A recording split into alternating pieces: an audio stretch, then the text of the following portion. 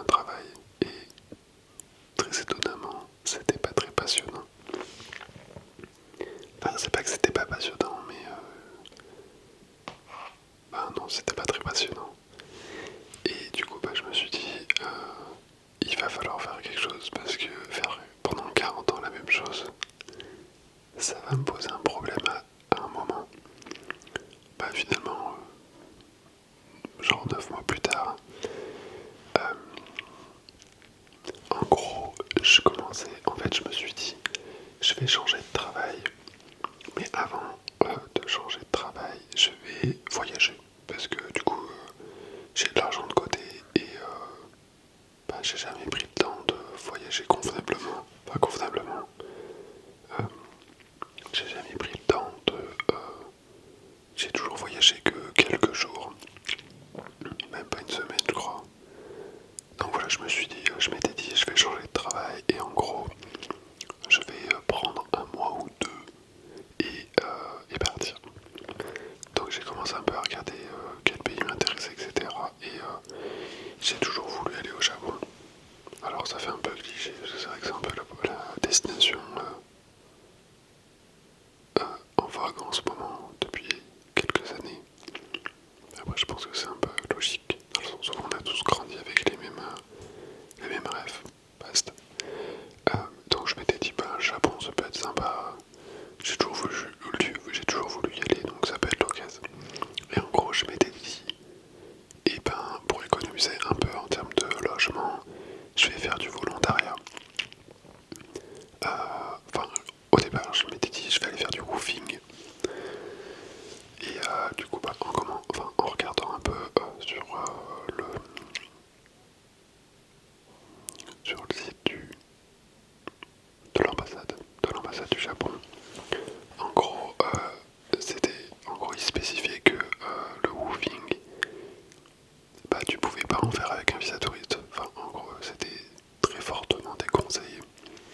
Du coup, je me suis dit, bah merde, dans ce cas-là, ça va être tendu. Et en fait, c'est là où j'ai découvert le visa, le PVT, le visa PVT, programme vacances-travail, ou le Working Holiday Visa en anglais. Et à mon grand âge, j'étais là, mais wesh, mais c'est fascinant. Genre, vous me dites que là, j'ai le droit de demander un visa d'un an gratuitement pour vivre et travailler sur le territoire japonais. Mais c'est insane. Et du coup, bah, j'ai commencé à faire mon dossier parce qu'en gros, le visa à mon époque, il y a un an et demi, pour avoir le visa Working Holiday au Japon, il y a plusieurs conditions. Genre, déjà, il faut que vous fournissiez un CV, une lettre de motivation, un programme de visite du coup sur un an. En gros, il faut que vous justifiez d'avoir besoin d'un visa d'un an pour aller au Japon. Donc c'est pour ça que vous devez justifier de vos visites. Il vous faut au minimum, je crois, 4 500 € si je dis pas de bêtises. Et là, je crois que c'est tout. Je m'en souviens plus. Enfin, je l'ai sur mon ordi, mais je crois que c'est à peu près tout. Donc bah, j'ai pris mon rendez-vous à l'ambassade de Lyon. Et bah, en gros, littéralement, au bout de 5 minutes, la dame m'a dit bon bah vous venez récupérer votre passeport dans une semaine et vous aurez votre visa quoi. J'étais là, mais mec, genre c'était aussi simple. Ok. Et du coup, à partir de ce moment-là, bah, j'ai pris mon billet et j'ai annoncé à tout le monde que je partais dans 4 mois. Donc à mon boss, à ma famille et à mes potes. Alors j'avais certains potes qui le savaient, mais pas tous. Et bah voilà. Et en gros, je suis parti du coup fin septembre. Je crois que j'ai embarqué dans mon vol le genre 29 septembre et j'ai atterri le 30 ou 30 ou le premier. En gros, j'ai passé une journée. Enfin, j'ai fait 14 heures, 15 heures de vol.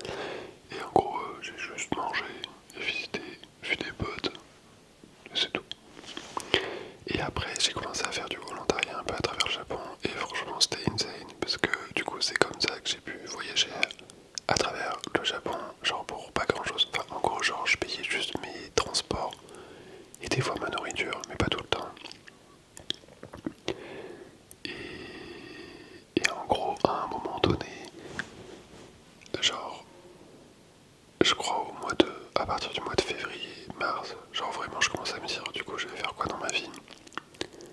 Parce que c'est super sympa, genre, mais faudra peut-être rentrer, enfin, faudra peut-être à un moment donné faire quelque chose professionnellement de sa vie. Et du coup, je me suis dit que j'étais pas prêt. Du coup, vu que j'ai quand même, je me suis vachement amélioré en anglais, en expression orale, enfin genre, avant j'étais capable de comprendre l'anglais relativement facilement, mais j'étais incapable de le parler, genre, entre comprendre, genre un TikTok en anglais et expliquer, genre ta journée en anglais, il y a un gap de ouf. Et du coup, genre au départ, vraiment je me revois quand je parlais anglais, est-ce que j'essayais de rentrer dans les détails et tout, et j'étais là, mais mec, je connais rien en vocabulaire, c'est une galère oufissime. Bon, j'ai vite arrêté parce que c'est impossible. Mais du coup, à partir du mois genre de février-mars, je me suis dit, ben c'est con parce qu'en gros, genre j'ai grave improve en anglais, mais du coup, ben, genre je vais rien en faire. Du coup, je me suis dit, bon, bah, ça pourrait être cool de partir dans un endroit, dans un pays anglophone. Et du Japon, bah, j'avais pas beaucoup d'options. Dans le sens où, en termes de visa, bah, en gros, c'était le plus simple à avoir. En fait, c'est le plus simple.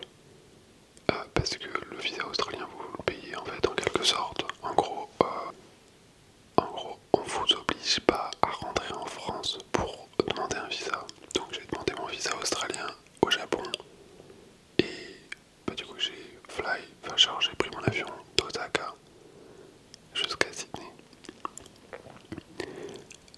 Parce que j'avais d'autres pays en tête, mais le problème c'est que ben ça m'imposait de rentrer, de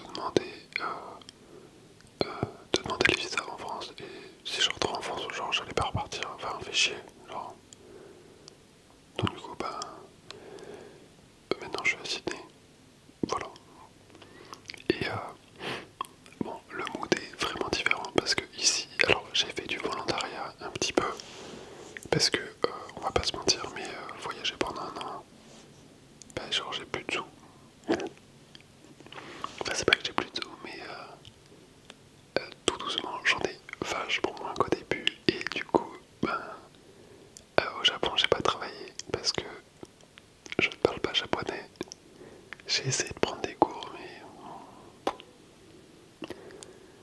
je suis une feignasse, donc ben j'ai vite lâché l'affaire.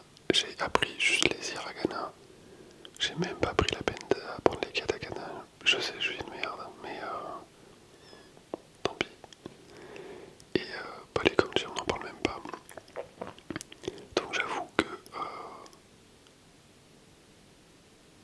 bah, j'ai pas pu travailler, genre. Puis j'ai loupé pas mal d'occasions, enfin, genre pas pratique du tout, mais basse. Parce que j'aurais pu faire la saison genre hivernale à Hokkaido, mais j'ai aussi d'autres trucs, mais c'est pas grave. Du coup, bah, je me suis dit, l'avantage de pouvoir aller à Sydney, c'est que j'aurai plus facilement de chances de trouver du travail et du coup de parler anglais, donc je ferai, ce sera trop bien. Et du coup, bah, c'est ce que je fais, enfin, genre j'ai trouvé deux travails ici. Alors c'est du part-time, mais en vrai, l'un dans l'autre, en vrai ça me va dans le sens où bah, ça me laisse du temps pour faire des vidéos YouTube, pour faire des vidéos ASMR et en même temps bah, je travaille à côté, genre c'est cool, je parle anglais, voilà. Voilà. Et du coup je trouve ça trop marrant parce qu'il y a un an de ça, genre j'étais terrifié à l'idée de poster une vidéo sur YouTube ou de poster une vidéo sur Instagram, genre en mode les gens vont me juger. Alors peut-être que les gens me jugent. La différence c'est qu'on s'en branle. Et ça, c'est pépite. Du coup c'est trop marrant parce que voilà, si je devais, enfin je pense que si le mois d'il y a un an me regardait en mode genre maintenant il fait de la SMR, mais MDR, MDR.